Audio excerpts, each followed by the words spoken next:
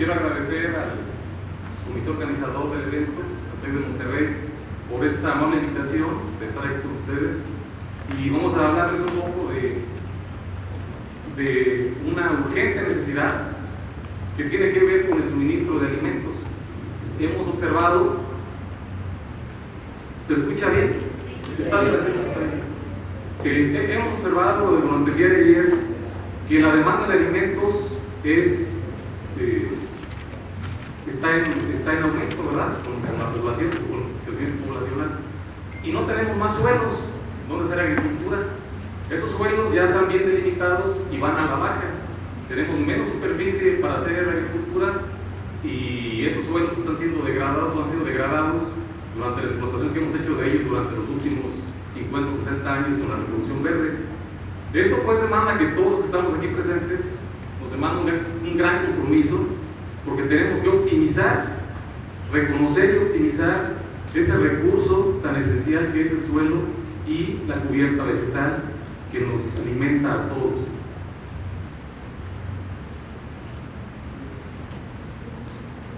Bien, aquí podemos ver una imagen de una planta. ¿Qué es una planta? Si queremos hacer innovación, tenemos que saber a detalle qué es una planta, y desgraciadamente no sabemos qué es una planta. En mis cursos de licenciatura es triste saber o ver cómo cuando uno pregunta a los estudiantes de quinto o sexto semestre en la materia de fisiología vegetal qué es una planta, y no sabemos qué es una planta, ¿verdad? Todos sabemos que en diciembre regalamos nochebuenas, en Día de Muertos regalamos el plástico. ¿Y qué ocurre después de que pasan las festividades? Las tiramos a la basura. Muchas veces ni siquiera sabemos que tenemos que ponerles agua, ¿verdad? Y eso pues es algo que tenemos que cambiar. Una planta tiene los mismos sentidos que tenemos los seres humanos, se parecen mucho a nosotros, nada más que ellas pasan todo el ciclo de vida ancladas a un sustrato. Se ha sugerido que no se pueden mover, pero por supuesto que se pueden mover. Ahorita vamos a ver algunos ejemplos de eso. ¿Qué partes tenemos en una planta? Aquí podemos ver dos grandes sistemas: el follaje, que es el que todos vemos cuando vamos a un bosque, a una selva, a una pradera, o simplemente en el jardín de nuestra casa. Pero lo que no podemos ver es la parte que está dentro del suelo, que es la raíz.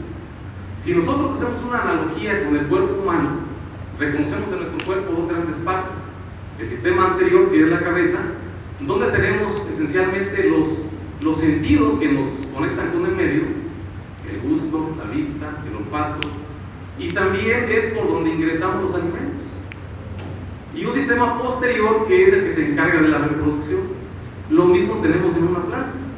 En una planta tenemos un sistema anterior, que en este caso es la raíz, no es el follaje, que es la raíz. Aquí tenemos los sentidos, muchos de los sentidos, y la parte reproductiva la tenemos en el sistema posterior, que es el follaje.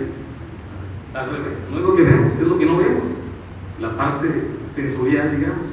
Igual que nosotros, las plantas perciben el ambiente, tienen receptores, proteínas altamente especializadas para detectar los cambios en el ambiente, y esos también los tienen en todos sus tejidos, tanto en la raíz como en el follaje. El aspecto importante ahorita es que hay una necesidad urgente de incrementar la producción por la demanda de alimentos, y por supuesto, ¿por qué no?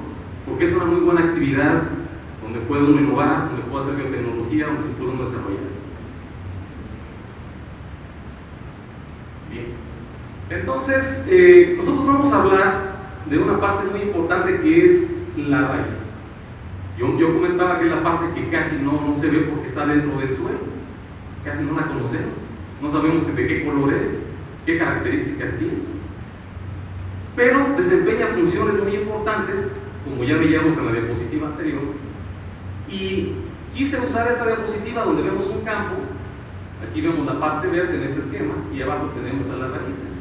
Y en la diapositiva anterior ya pudimos ver pues que las raíces son muy importantes, porque es donde la planta toma los nutrientes del suelo, toma el agua del suelo que requiere para crecer, para producir. La parte que utilizamos de las plantas principalmente está en el follaje, que son el follaje mismo, los frutos, las semillas, ¿sí? Y entonces Si nosotros queremos tener una alta productividad, una productividad sustentable, tenemos que empezar a considerar las interacciones que ocurren entre los microorganismos que están presentes en el suelo, que determinan el crecimiento y la producción de los cultivos. Entonces, un concepto que hemos estudiado ya por más de 25 años ha sido el poder hacer ingeniería de la rizósfera. Yo empecé hace 25 años a trabajar con plantas transgénicas, cuando todavía en este país dejaban trabajar con ingeniería genética, algo que ahora pues ya no se puede, ¿verdad? Como mencionaba ayer el doctor Alfredo Herrera. Y empezamos a trabajar nutrición mineral de plantas. A partir de allí desarrollamos temas de investigación tratando de entender y manipular esas reacciones que tienen las plantas con sus microorganismos. Hasta en eso se parecen a nosotros. Nuestras funciones vitales dependen de una gran cantidad de microorganismos que están asociados con los alimentos que tomamos y con nuestras funciones fisiológicas. Lo mismo pasa en las plantas. Y a nosotros también nos afecta el ambiente, así como nuestro microbioma, y eso también ocurre en las plantas. Es decir, cuando pensamos en la agricultura, casi siempre hay que empezar en nosotros, y eso nos va a ayudar a entender cómo funciona y cómo podemos manejar la agricultura en el ambiente agrícola o en los ecosistemas naturales. Bien. ¿Qué encontramos en las raíces? ¿Qué sorpresa nos da cuando nos metemos a estudiar los microorganismos de la raíz? Aquí les presento a ustedes una bacteria que pueden ver aquí en micrografías de microscopía microscopía electrónica. Aquí pueden ver un biofilm sobre una superficie nutritiva. Aquí pueden ver diferentes aumentos. Pueden ver aquí que son células redondeadas. Este aislado proviene de una búsqueda que hicimos a partir de 5,000 aislados, de 5,000 cultivos puros, aislados de raíces de maíz en un campo agrícola. De esos 5,000 aislados que nosotros estudiamos, es triste decirlo, apenas cuando nosotros enriquecemos los cultivos, como tenemos aquí en altas cantidades de individuos, en altas densidades poblacionales, apenas el 5% de esos 5,000 aislados se comportan como bacterias benéficas. Uno pensaría que si uno va a las raíces de las plantas y ahí la bacteria es de allí, ya puede uno formar una colección de bacterias benéficas, y eso no es cierto. Eso no ocurre así.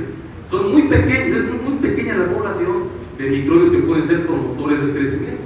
Y eso pues abre una gran oportunidad para la innovación, para la creación de empresa y para la protección de la propiedad, para la propiedad intelectual, ¿no? que uno va a encontrar. ¿Cómo hacemos estos estudios? Uno puede identificar a las bacterias que aísla en asociación con las plantas, tanto por microscopía, es muy bonito verlas, ¿verdad? Es más fácil, entiendo muchas cosas observándolas, pudiéndolas ver. Y hay otras formas de analizarlas. Por ejemplo, puede uno estudiar su taxonomía, a qué géneros pertenecen, a qué especies pertenecen, pues haciendo análisis moleculares. En este caso tenemos un árbol basado en la comparación del DNA ribosomal 16S. Es una prueba relativamente fácil de hacer y bastante eficiente. Aquí vemos una correlación. La prueba con el DNA ribosomal nos marca a este aislado que tenemos aquí de una bacteria promotora como un micrococcus. Y cuando vemos al microscopio electrónico, pues efectivamente son cocos, células bacterianas redondeadas. ¿Qué hace esta bacteria cuando la ponemos a interaccionar con una planta? Eso es muy difícil de estudiar. Veíamos en la presentación anterior que uno puede en macetas poner inóculos y uno se imagina lo que pasa en la raíz, porque la única forma de saber qué pasa en la raíz es sacando la planta, lavando las raíces y poder ver qué pasó cuando yo inoculé con una bacteria o con un hongo benéfico. Pero nosotros, para evitarnos ese problema, lo que hicimos fue desarrollar un sistema de crecimiento in vitro. Lo que pueden ver aquí son cajas de Petri redondeadas, como las que se usan para cultivar bacterias, donde puede uno germinar plantas en un lado de la caja. ¿Sí? Aquí tenemos 6 plantitas de Arabidopsis thaliana, una planta de laboratorio que se usa mucho para hacer estudios de biología celular y molecular. Y pueden ver ustedes cómo crece la planta a los 2 días, 4 días, 6 días después de que la semilla germina. ¿Por qué crece la raíz así? Porque lo que hacemos nosotros es sembramos la semilla, levantamos las cajitas de Petri y las ponemos en inclinación de unos 70 grados, y lo que hace la raíz crece sobre la superficie del medio, como pueden ver. Aquí vemos la raíz principal, vemos que a partir de esa raíz se van formando ramificaciones que van creciendo con el tiempo. ¿Y qué es lo que pasa con la micrococcus que les acabo de enseñar? Aquí se ve muy bonito. Hicimos un experimento muy simple, ponemos aquí una estría de un cultivo puro de la micrococcus y luego transferimos plantitas encima de esa estría y vemos lo que pasa con el crecimiento y el desarrollo de la plantita en relación al tiempo. Pueden ver que cuando encimamos la planta sobre las bacterias, todo esto es bacteria, esto que se ve aquí de color, de línea de color, la raíz ya no crece, deja de crecer, comparen con el control de 4 días, y empieza a ramificar. A los 6 días, vean el contraste tan tremendo que tenemos cuando está una bacteria a cuando está creciendo la planta. Es tremendamente importante. ¿Por qué? Porque podemos imaginarnos cómo simplemente una bacteria nos cambia todo el programa de desarrollo de una planta. Este tipo de arquitecturas ayuda para que, como hay más ramificaciones, estas ramificaciones contribuyen con la captación de agua, con la captación de nutrientes, y al mismo tiempo pues se convierten en un nicho para otras poblaciones microbianas, y tenemos en este sentido pues plantas que tienen una mayor o tendrían una mayor capacidad de capturar agua y de nutrientes. Muy bien. Vamos a ver otro ejemplo de estas bacterias. Aquí tenemos una bacteria que se aisló de una poza salada del desierto de Chihuahua, cerca de 4 ciénegas. Esta bacteria proviene de 200 cultivos puros que recuperamos de raíces que crecen alrededor de esa poza salada, es decir, de plantas de mezquite que están en un ambiente tremendamente adverso. Aquí podemos ver cómo le hacemos para estudiar estas bacterias. Tenemos los cultivos puros, pueden ver aquí muy bien. ¿Sí? Si picamos una pequeña colonia de estas y hacemos una tinción de Gram, podemos ver que es una bacteria Gram negativa.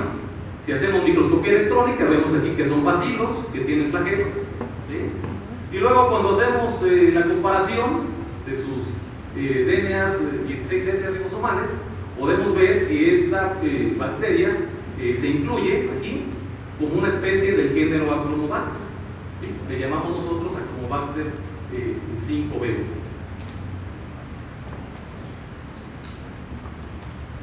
¿Qué hace la Acronobacter cuando la ponemos con Arabidopsis? Miren qué bonito. ¿Sí? Si nosotros la inoculamos, igual que vimos con la micrococcus, miren, aquí está, control, aquí está el inóculo, otra vez, encimamos las plantitas y miren lo que hacen las plantas. Empiezan a girar, empiezan a dar vueltas sus raíces, y cada vez que empiezan a girar forman más raíces laterales. Algunas variantes genéticas de la Arabidopsis se comportan realmente muy increíble, ¿verdad? Aquí vemos unas mutantes y vean lo que hace la raíz. Empieza a hacer giros cuando está en contacto con la bacteria. Esta es la planta no bacterizada y la planta bacterizada, y estas raíces empiezan a hacer giros y vueltas. Es decir, las raíces, claro que se pueden mover, claro que tienen movimientos autónomos. Y lo que estamos encontrando aquí es que una sola bacteria hace que la raíz pueda explorar mejor, desviar su crecimiento, ¿sí?, hacia otras regiones que pueden ser potencialmente beneficiosas, porque va a haber nuevos recursos que pueden ser útiles particularmente en ambientes que son muy adversos. ¿Sí? Muy bien. Pero entonces, si tenemos miles de bacterias en las raíces de las plantas y muchas viviendo dentro de los tejidos, ¿cómo podemos saber nosotros cuáles y cuántas de ellas son benéficas, son realmente promotoras del crecimiento? Yo he encontrado por ahí a muchas empresas que venden inoculantes, ¿verdad? Mi duda es cómo le hacen para los controles de calidad de esos inoculantes que están preparando, porque no es nada fácil hacer eso. Y entonces, inclusive dentro del género Pseudomonas, este es un estudio muy bonito, aquí les hago propaganda, ¿verdad? Cuando vean estas citas, son artículos que están publicados, son artículos de nuestro grupo que se han publicado, son trabajos muy recientes. Este trabajo está de hecho actualmente en el proceso de publicación. Y este estudio es muy bonito porque parte de aislamientos de 6 diferentes ambientes, de más de 2000 aislados de cultivos puros de 6 diferentes ambientes. incluyeron huertas de aguacate en el estado de Michoacán, bajo una presión de manejo muy intensa, agroquímicos, fertilizantes, destrucción del ambiente, ambientes no tan deteriorados como bosques o como suelos de bosques o suelos de bosques de pino o suelos de bosques de encinos, también de compostas, pero el criterio que se siguió aquí fue de todos los aislamientos que se hicieron pruebas para ver solubilización de fósforo, de fosfato. El fosfato es uno de los nutrientes más importantes que requieren las plantas, es uno de los principales fertilizantes. Todos los cultivos del mundo requieren fosfato y es un recurso no renovable, se saca de minas. Entonces realmente la nutrición de fósforo es uno de los grandes retos que tenemos en la agricultura mundial moderna, en la actualidad. ¿Qué fue lo que encontramos? A partir de esos aislados llegamos a 12 cultivos que son altamente eficientes en la solubilización de fosfato, ¿sí? Y nos llevamos una tremenda sorpresa. Cuando hacemos la secuenciación, el aislamiento y la secuenciación de los DNAs ribosomales 16S, pues resulta que todas las especies que estamos aislando son pseudomonas. En este trabajo se reportan 6 diferentes especies de pseudomonas, ¿sí? Increíble, ¿no? Aquí tenemos pseudomonas brassicae, pseudomonas baetica, pseudomonas lauril sulfatifila, pseudomonas chlororaphis, pseudomonas durida y pseudomonas extremorientales. Si uno se fuera con la finta y dijéramos que solo la propiedad de solubilizar fosfato sería suficiente para tener una bacteria, para usarla para adicionarla a los cultivos como una bacteria benéfica, pues estaríamos tremendamente equivocados, porque nos llevamos una gran sorpresa. Cuando nosotros hacemos la interacción con las plantas de Arabidopsis, vean ustedes lo que pasa. Aquí están las cajitas, aquí está la planta que no fue bacterizada, y la interacción con las pseudomonas brassicae, miren qué precioso el efecto, ¿no? Uno quisiera ver esto en cualquier cultivo, ¿no? Que quisiera uno aplicar en el campo, ¿sí? Formular un yogur, ¿no? Para plantas, para cultivos, para alfalfa en la zona de la laguna, ¿no? Para dar forraje a las vacas, de la zona lechera, acá para los aguacateros de Michoacán, pues para las plantitas que están adaptando al pasar al suelo, ¿no? Quisiéramos ver este efecto. Pero ¿qué pasa con las otras pseudomonas? Miren, qué interesante. Pues unas pseudomonas, la lúrida, más o menos modifica la ramificación de la raíz, pero le daña al follaje, la pone en la estresa, la pone prietita, la planta fabrica pigmentos que le indica que está estresada. Y la chlororaphis, pues realmente es una bacteria nada recomendable, ¿verdad? Aquí pueden ver el efecto en la planta, comparen con esta. Es una planta realmente que pudiera ser inclusive un patógeno, ¿no? Una planta que es deleteria, que reprime el crecimiento. ¿Por qué ocurre esto? Es increíble, ¿no? O sea, ¿cómo dentro del mismo género de bacterias, si uno lee una revisión actual, encuentra uno allí pseudomonas, bacterias promotoras del crecimiento, bacilos, bacterias promotoras del crecimiento? Cualquiera que aquí aislara pseudomonas ya tendría bacterias benéficas. Realmente eso no es así. Si vemos el efecto, claramente eso no es así. Y entonces, ¿de qué depende estas relaciones? ¿De qué dependen estas relaciones con el huésped vegetal? ¿Verdad? Curiosamente, este sistema de reconocimiento implica una comunicación, un lenguaje. Las bacterias pueden platicar con las plantas, se pueden comunicar con las plantas. Las bacterias se pueden comunicar con nosotros. ¿Sí? Eso es bien interesante, hasta eso también compartimos con los vegetales. ¿Y cómo podemos nosotros decodificar ese lenguaje, esa comunicación, para poder hacer o para poder llegar a manejar especies como estas en aplicaciones agrícolas? Bien. Bueno, aquí les decía, estas son las 3 especies contrastantes, ¿no? Esta es la bacteria promotora del crecimiento, la brassicae, esta es la represora del crecimiento. Si simplemente nos fuéramos con la forma de las bacterias, con su fenotipo, tampoco sería suficiente. Son igualitas, ¿verdad? Es un aumento de 60,000 veces, ¿no? Ahí están viendo las células de las 3 especies de pseudomonas. Entonces, pues tenemos que entrarle a entender ese lenguaje que se establece, pues, para poder llegar realmente a tener aplicaciones benéficas en la agricultura. ¿Cómo empieza la historia? Aquí empieza la otra parte de la historia, ¿sí? Hace ya algunos años, bueno, muchos años de hecho, ¿sí? Estábamos trabajando, cuando yo estaba en el doctorado, estábamos trabajando con una planta medicinal que crece en la Sierra Gorda. y la tenemos, se llama Heliopsis longipes. Esta planta, la gente de las comunidades la usa para diferentes fines, ¿sí? Cuando se cortan los señores que andan en el campo por ahí, hacen infusiones en el alcohol, muelen la raíz, ahí en el molcajete, le ponen alcohol y esa infusión la dejan allí un par de días y la tienen ahí de resguardo. Cuando tienen alguna cortada o alguna lesión, se ponen alcohol allí y eso regenera el tejido. Si uno muerde la raíz de esta planta, es como el clavo, es como lo que le pone a uno cuando va al dentista. Rápidamente siente una sensación de frescor y empieza uno a salivar. Es una planta tremenda, tiene moléculas tremendamente bioactivas. ¿Cuáles son esas moléculas? Son estas que tenemos aquí. De hecho, el principal componente bioactivo de la raíz de Heliopsis es esta molécula, afinina se llama. Como pueden ver, es una estructura muy interesante y muy simple. ¿Qué tenemos? Un ácido graso con 3 insaturaciones conjugado con una amina. Es un amidolípido. ¿Sí? Y estos amidolípidos son muy interesantes porque participan en la señalización celular prácticamente en todos los reinos, desde levaduras hasta humanos. ¿Sí? En humanos, por ejemplo, el principio activo de la marihuana que actúa en el cerebro se llama, este principio activo de la marihuana, ¿sí?, actúa mimetizando la acción de una molécula que tenemos en el cerebro que se llama anandamina. Es una molécula igualita a esta, nomás que el ácido graso es de 18 carbonos, es más larga. Es un neurotransmisor. Entonces, lo que hace la marihuana, la difusión de marihuana o el humo de la marihuana, lo que hace es activar ese mecanismo sensorial en el cerebro. Bueno, eso ocurre en las plantas, eso está en las plantas y en plantas medicinales. Podríamos considerar a estas moléculas como posibles neurotransmisores, ¿verdad? Que eso nos ha probado, ¿verdad? Bueno, entonces estamos trabajando con estas moléculas, ¿no? ¿Cómo llegamos entonces a estudiar simbiosis con bacterias? Empezamos hablando de bacterias.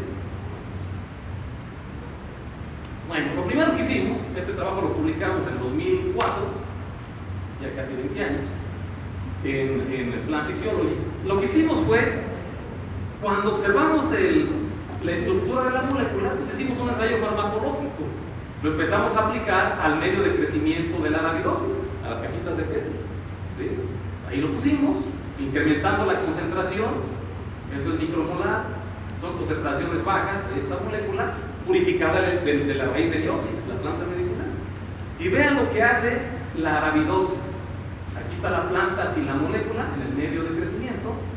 Vemos el follaje, vemos las raíces, el tamaño de la raíz, su ramificación, vean la biomasa que se va desarrollando. Y cuando vamos incrementando la concentración de la molécula, vean cómo tenemos una curva de campana. Dosis bajas promueven el crecimiento, dosis más altas reprimen el crecimiento. A medida que se reprime el crecimiento, vamos teniendo una mayor ramificación, como pueden ver aquí. Nosotros propusimos que estas moléculas pues, eran análogos o eran potencialmente nuevos reguladores del crecimiento vegetal. Y en esos trabajos, ¿no? Por ahí va la historia. Nunca nos imaginamos lo que iba a pasar después. Quisimos saber si esta molécula podía tener una función hormonal como las hormonas canónicas de plantas. En plantas, una de las principales hormonas son las auxinas. Son como la hormona del crecimiento que tenemos en nuestro cuerpo, esas auxinas. Y entonces tenemos una forma de saber si una planta reacciona cuando hay auxinas en su medio de crecimiento por medio de técnicas moleculares. Tenemos una planta transgénica que expresa un gen que es inducible por auxinas y una pequeña concentración de auxinas en el medio, lo que hace es poner azul toda la planta, ¿verdad? Comparado con la planta que no tiene auxinas.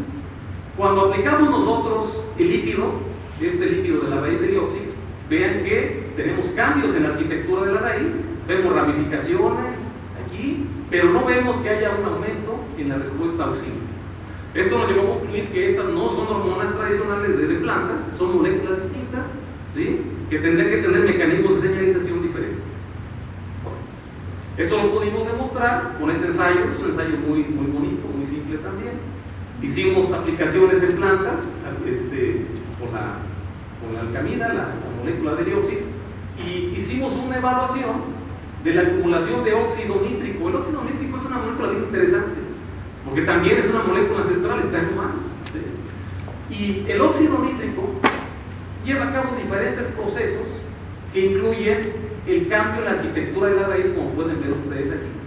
Lo que pudimos observar es que el cambio en la forma de la raíz coincide con una mayor detección del óxido nítrico en diferentes partes de las raíces cuando aplicábamos al medio de crecimiento de Arabidopsis el lípido bioactivo de Helióxido onquibus.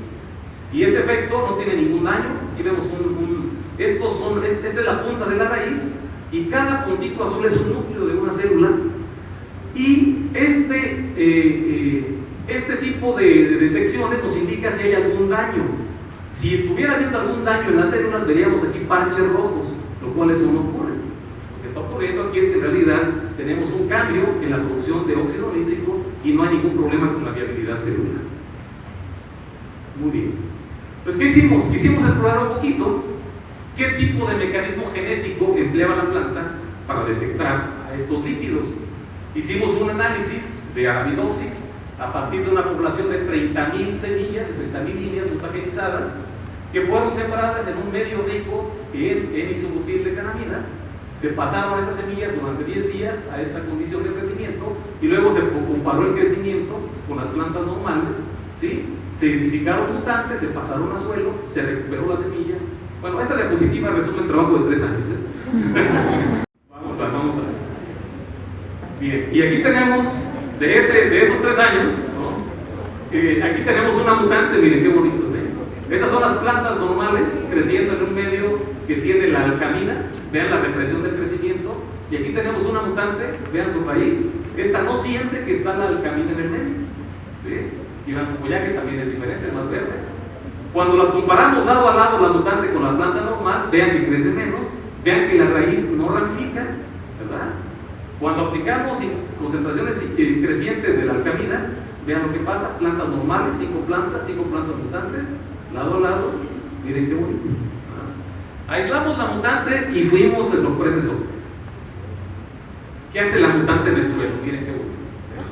Están las plantas normales, aquí están las mutantes a las 3 semanas lado a lado, ¿sí? Esta es la planta de Arabidopsis cuando crece en condiciones de laboratorio, ¿verdad? Condiciones usualmente ideales, ¿no? Pero miren lo que pasa, que a las 5 semanas estas plantas ya están cumpliendo el ciclo de vida.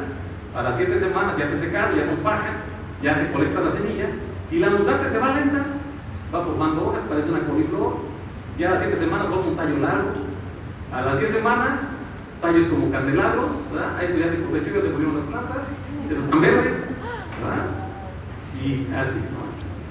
Qué tremendo, ¿no? O sea, un lípido que se aísla de una planta medicinal desencadena una respuesta celular que cambia completamente el ciclo de vida de una planta. Tremendo. Bueno, a ver si me alcanza el tiempo, ¿no? Bueno, vamos a ver. Y entonces, ¿qué pasa, no? ¿Dónde entra la genómica aquí? Voy a usar en 2 momentos la aplicación de la genómica. ¿Qué hicimos? Bueno, para entender qué hacía esto, qué pasaba aquí, hicimos un análisis de transcriptómica para ver todos los RNAs que cambian en estas plantas comparado con las plantas normales, que son responsables de este incremento en el ciclo de vida, la reducción de la senescencia, ¿sí? Estas obviamente producen más, ¿no? Desarrollan tremendamente los tallos y producen muchísima semilla, pero se van muy lentas. El ciclo de vida de estas plantas es cerca de 6 meses. Desde la planta normal es de un par de meses. O sea, vive 3 veces más. Yo no quiero decirlo, ¿verdad? Pero si pudiéramos hacer eso humanos, quién sabe qué pasaría, ¿verdad? Eso es otro tema. Pero es muy interesante. Hay genes en las plantas que se encargan de estos cambios, ¿no?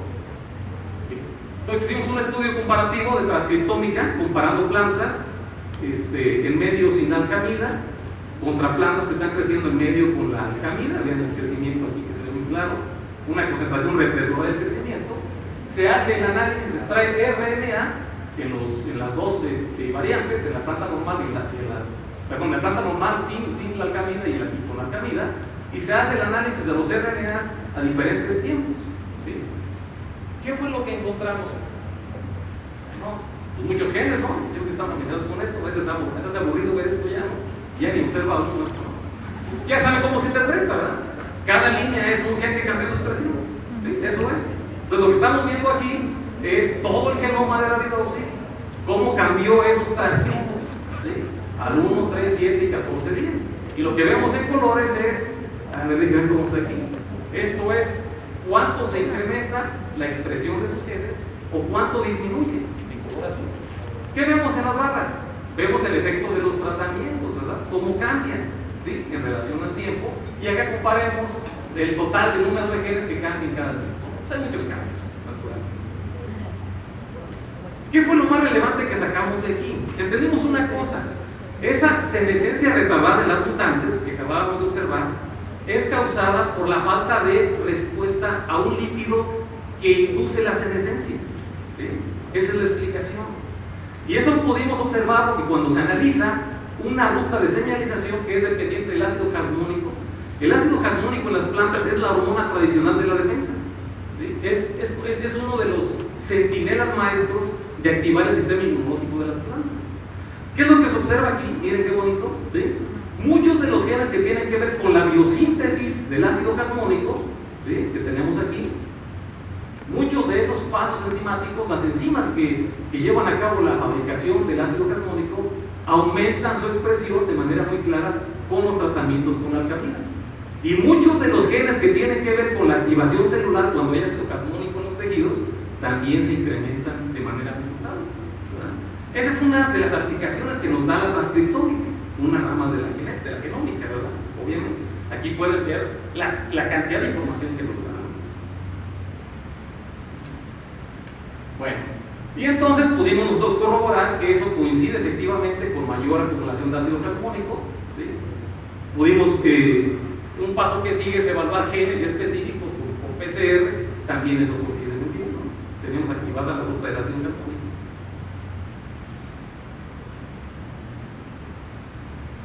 Y pudimos generar la aplicación, ¿sí? Estos datos que nos dijeron, si el ácido jasmónico fortalece la inmunidad vegetal, pudiéramos nosotros aplicarlo en plantas para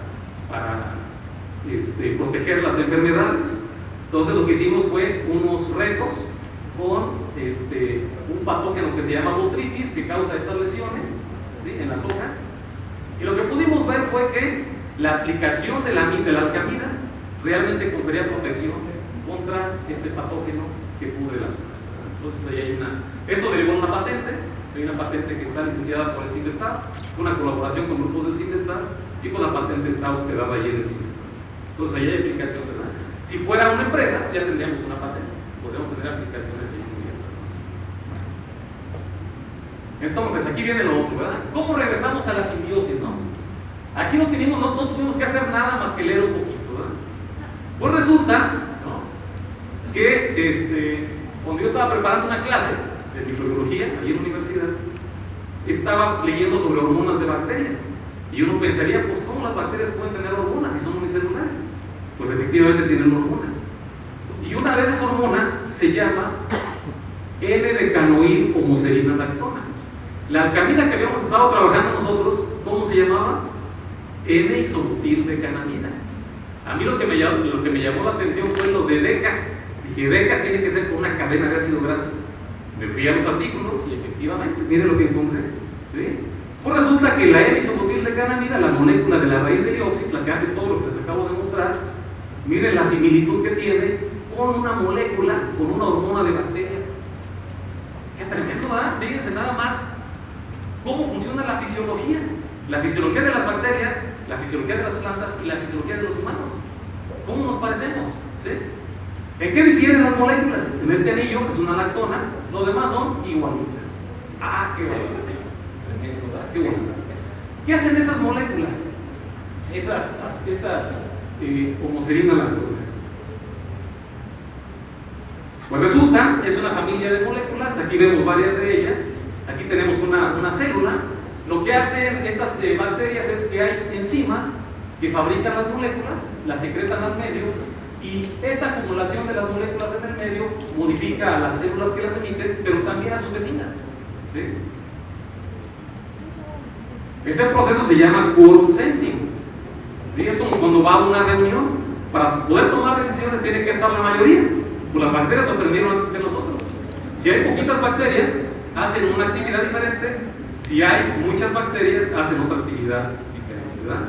Moléculas, y entonces se comportan diferente. Una sola célula, usualmente, si es una bacteria patogénica, no activa factores de virulencia. Pero, si hay muchas células, se van acumulando las moléculas y ahora se activan los factores de virulencia.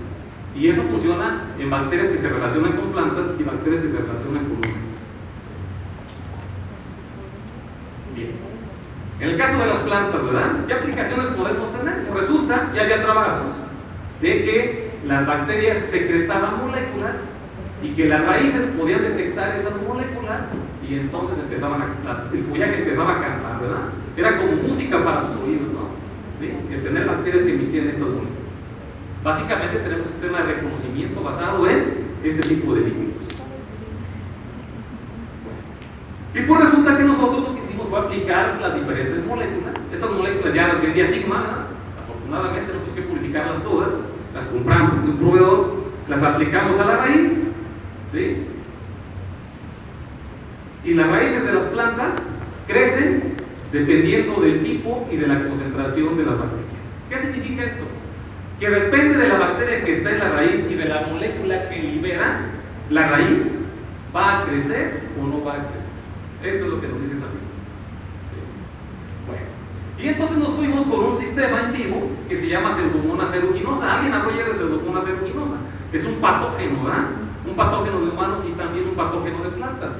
El sistema de Pseudomonas aeruginosa, lo que la hace patogénica es que produce dos moléculas, ¿sí?, que son secretadas al medio, y estas moléculas activan los factores de virulencia. En plantas se ha probado Pseudomonas aeruginosa. Aquí tenemos una mutante virulenta, si la aplican en hoja se seca la hoja. Si tenemos una mutante no virulenta, la hoja no se daña. Y eso también funciona con Arabidopsis. Si aplicamos aquí, ¿verdad?, hacemos un ensayito donde aplicamos Pseudomonas aeruginosa, la hojita desarrolla síntomas de enfermedad. Entonces es un sistema de patogénesis que se desarrolló también en plantas. ¿Qué hicimos para entender el sistema de comunicación, verdad? Bueno, entonces lo que hicimos, ya teníamos sistema de interacción, conseguimos mutantes de Pseudomonas aeruginosa, mutantes que se llaman las I-, que no producen una de las moléculas de los lípidos, la molécula de 12 carbonos, y otra mutante que no produce la molécula de 4 carbonos y una doble mutante. ¿Qué ocurre cuando ponemos en contacto las bacterias con la planta? ¿Sí? Vemos que el crecimiento se detiene porque aquí hay emisión de factores de virulencia. La raíz lo detecta y deja de crecer. ¿Sí? Aquí lo vemos también. Pero en la mutante LASI, cuando ya no produce la bacteria la molécula de 12, la raíz sigue creciendo y se acerca incluso a tocar la bacteria. Miren qué bonito. Miren lo que hace la raíz. Miren qué precioso. Claro que la raíz sabe que aquí está una bacteria, ¿verdad? Ahí pueden ver el giro que hace. Qué bonito, ¿verdad? ¿Y eso de qué depende? De un solo gen. Una enzima que fabrica un lípido, ¿verdad? ¿Sí? Bueno, entonces no son miles de genes, no. Un solo gen hace este cambio, ¿verdad? Es muy bonito este sistema. Y miren nada más, ¿sí? Dijimos que Pseudomonas era patogénica, pues miren lo que pasa con la mutante. Miren lo que pasa con la mutante, ¿sí? Aquí está la interacción con la bacteria normal. Esta es la bacteria mutante, una sola mutación. Miren lo que hace la raíz, se acerca, toca a su compañera y empieza a crecer muy bonito. ¿Sí? Vean la que no tiene bacteria, comparen las tres. Ahora vean, si nosotros hacemos que la raíz se encime, como hicimos al principio con las bacterias, ¿sí?, tenemos que ahora, como esta es dañina, la raíz no se acerca, deja de crecer, y en la mutante, miren qué precioso. Una bacteria patogénica, pues ahora se convierte en una bacteria promotora de crecimiento. Un solo gen, ¿sí? Bueno, ya me están presionando con el tiempo, entonces tengo que ir más rápido. ¿Qué nos deja esta información, verdad? ¿Qué nos dice esta información? ¿Cómo se explica esa mejor bioestimulación? Hay dos procesos, voy a contar la historia en 2 minutos. Hay dos fenómenos que explican ese cambio. El primer fenómeno, ¿sí?, es que estas bacterias mutantes, en lugar, ya no producen un lípido, ahora fabrican 3 ciclodipéptidos. ¿Sí? Ahora fabrican 3 ciclodipéptidos que tenemos aquí, y esos 3 ciclodipéptidos son capaces de interaccionar con los receptores de la hormona del crecimiento de la planta. Se comportan como auxinas, ¿verdad? Es una de las características de la mutación en la sintasa de la SIC. ¿Cuál es la otra característica? Que ahí entró de nuevo la genómica, ¿no? La transcriptómica. ¿Cuál es la siguiente característica? Bueno, hicimos comparaciones otra vez de expresión de genes entre la bacteria patógena, la Pseudomonas aeruginosa, y la bacteria mutante LASI. Miren el cambio que hay simplemente por una mutación en un gen total, ¿verdad? Ahí se ve muy bien. ¿Cuál es el cambio? Pues resulta que esa interacción incrementa todo lo que ven en rojo, son incrementos en la producción de proteínas que tienen que ver con la nutrición de la planta, ¿sí? Que tienen que ver con la captación de amonio, con la captación de nitrato, la reducción de nitrato, la captación de fosfato. Un efecto combinado. Tenemos hormonas implicadas en la interacción y tenemos una mayor capacidad de capturar nutrientes y tomarlos del suelo. Entonces, aquí vemos un efecto de eso. Aquí aplicamos la molécula de la bacteria solita y vemos la expresión de un transportador de fosfato en la raíz. Vemos muy claro que es un efecto dependiente de la concentración. ¿Qué pasa cuando una raíz encuentra una bacteria que libera lípidos reactivos? Empieza a expresar transportadores de fosfato de alta afinitud. Es uno de los mecanismos, además de otro. Ya terminé. Este efecto, ¿verdad? Sí, ya voy a repetir eso.